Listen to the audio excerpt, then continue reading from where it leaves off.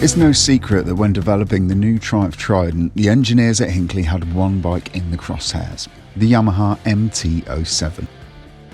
The Yamaha has been a force to be reckoned with in the middleweight A2 sector. It's cheap to buy and run, and it's frugal, and most of all, it's lots of fun to ride. Can the Trident match it on all of these fronts? Well, here's our take on the two models. For 2021, the MT-07 has an engine that is a little changed from that of the previous generation bike. Yes, it is now given Euro 5 certification thanks to some engine and exhaust updates, although it's still generating the same 74 bhp and 50 pound-foot of torque as before. Because of that, we feel it is fair to give it a comparison with the Trident, so here's what we think. The two engines couldn't be any more different. The MT-07 has a really peppy and lively engine character which is perfectly matched to the chassis of the bike. The Trident, on the other hand, has a more refined engine, and it's got that distinctive triple delivery and a really luxurious exhaust note that give the bike a slightly more premium feel.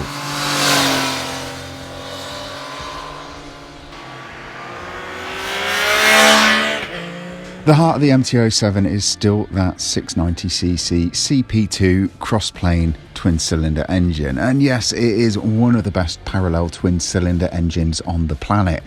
It takes what is effectively a very boring layout and makes it really, really interesting and a lot of fun to ride. It's also extremely accessible, very, very frugal, and just seems to be an absolute win-win in this category.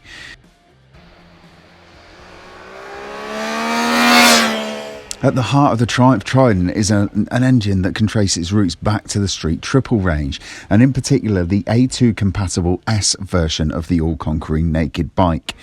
It produces a claimed 80 bhp and 47 pounds-foot of torque, putting it pretty close to the Yamaha in terms of numbers.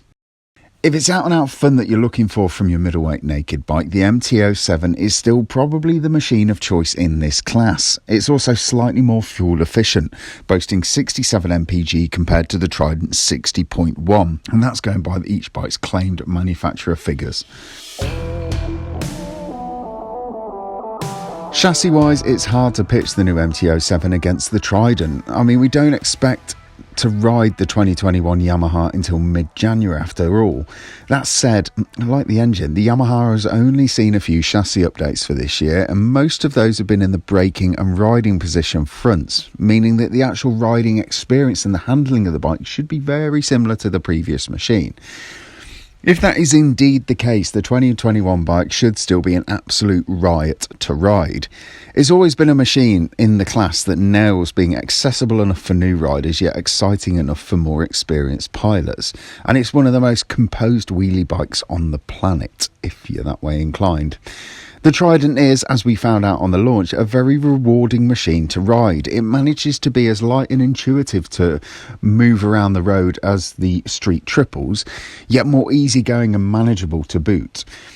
If you were to get the two on a stopwatch on road or track, I have no doubt the Trident would be the winner, although it might not raise such a maniacal grin on the rider's face in the process.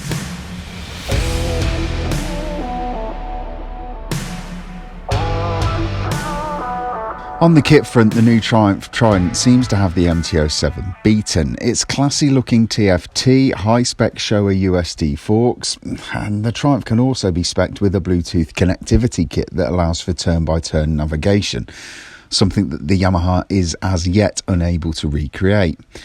One area of equipment that should see the 2021 MT-07 beating the new Triumph is in the braking department. Sure, the blue spot calipers seen on the bike have been around for donkey's yonks, but they are very, very good stoppers and can trace their roots right the way back to early generation R6s. They're also paired on the MT-07 with new, larger brake discs that should make the new bike an absolute hoot in the braking zone.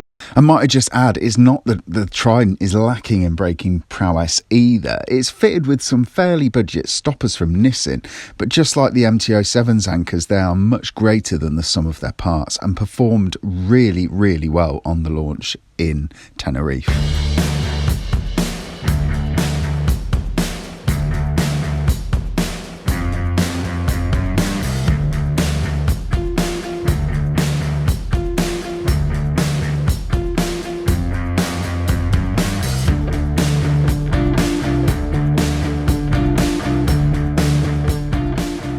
So which do we think will come out on top in 2021?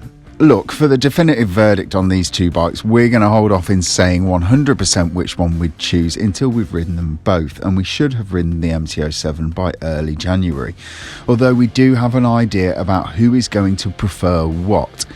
It's likely that the more relaxed and softer setup of the MT-07 will still appeal to the younger riders out there. It's also the more youthful looking bike of the two, especially since it gained its latest 2021 styling makeover. We have a feeling though that the Triumph will be a more focused bike to ride, with a chassis and suspension setup that will reward more capable hands. It's also backed up with a slightly more grown up styling package.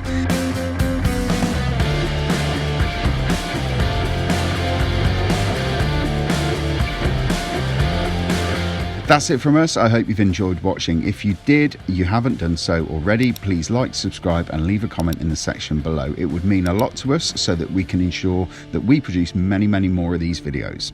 Thanks for watching, folks. Bye bye.